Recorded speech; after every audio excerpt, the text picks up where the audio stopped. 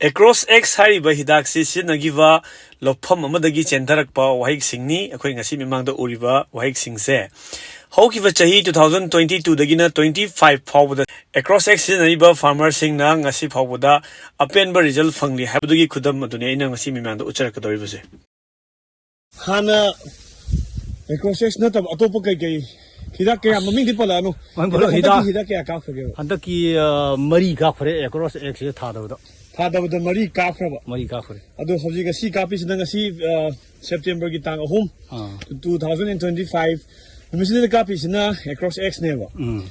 AcrossX si koi hadi systemic oi vanina tapna wai sing se adi masinjak sabang amdadana napangam dadana marum ko pangam drakanda tamna loina hadi function to roi doini aduga mafam sidagi wahik se topo to pai thoi doini mafam sa du mak lai doini wahik se aduga si doini hai tare koina juju mangda haji uriba sigi se center ai se adi sing thado oga AcrossX kapsalaba hai tare aduga sing thado pada kelakpa wahik tu ne ko se lai hing musu yawi si musu yawi pura wai kup ta bodong ma se da lai ba wahik mayam sing se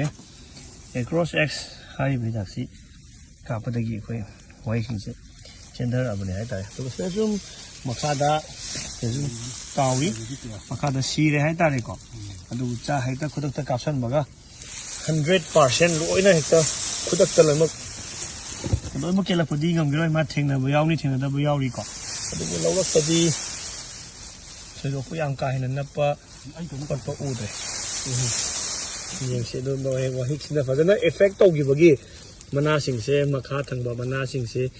kogi color change torokpa hangapan changakpa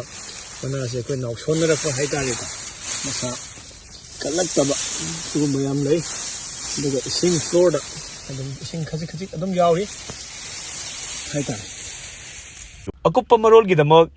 AGRO gi pizariba contact number 9077717133 da call amadi WhatsApp ki kuthangda pau fawirao